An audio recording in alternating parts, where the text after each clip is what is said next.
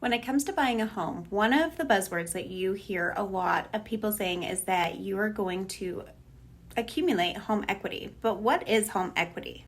So home equity is the portion of your property that you own outright, free and clear of any debt. So for example, if your balance on your mortgage is $300,000, but you could sell that house for $400,000, you have $100,000 of equity. A few different ways that your home equity can increase is one, by just making your monthly payments, because every single payment that you make, while you do pay more towards interest at the beginning, you are chipping away at the balance of that mortgage. You could make home improvements to the house, which will also increase the home's equity. If your neighborhood becomes more of an attractive option for people that are moving, that can also help increase your home's equity. And then there's also just the natural uptick in the housing market that will help you increase your equity.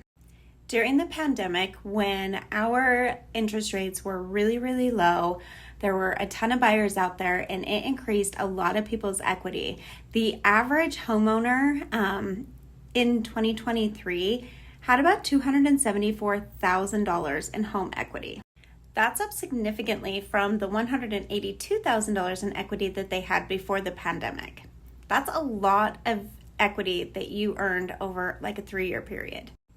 And what is going to happen when interest rates come down is that the dam is going to break of all of these buyers that are waiting for interest rates to come down, and we're going to probably see another surge in home prices.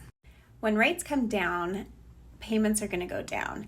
And so more people will qualify for a home. A lot of buyers are waiting for those interest rates to drop. So there's just going to be a lot of buyers again, which is just going to increase home prices.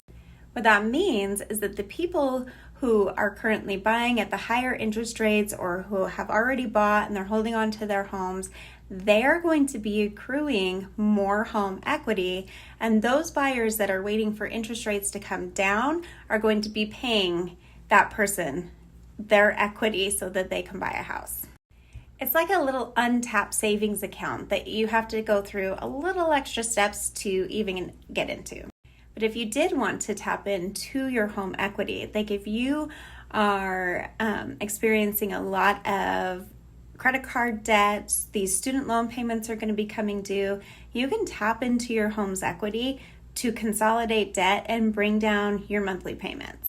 You're really sitting at an advantage from those that are not homeowners and don't have that equity, and they're paying their landlord to accrue equity. If you have any questions on this, give me a call.